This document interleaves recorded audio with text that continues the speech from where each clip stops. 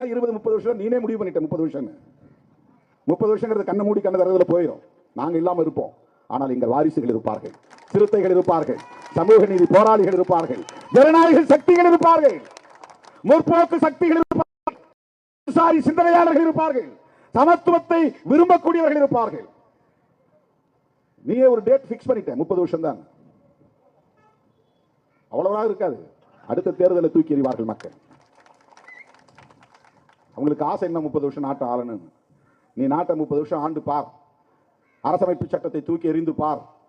இந்த நாட்டின் பெயரை கூட மாற்றி பார். நீ என்னென்ன வழிமுறைகளை எல்லாம் கையாண்டு பல தலைமுறைகளாக இங்கே நிலைப்படுத்தப்பட்டிருந்த சமூக நீதியை அழித்தொழித்தாயோ, அதே வழிமுறைகளை பின்பற்றி இந்த அநீதிகளை அழித்தொழிப்போம். அது ஒன்று முடியாததல்ல.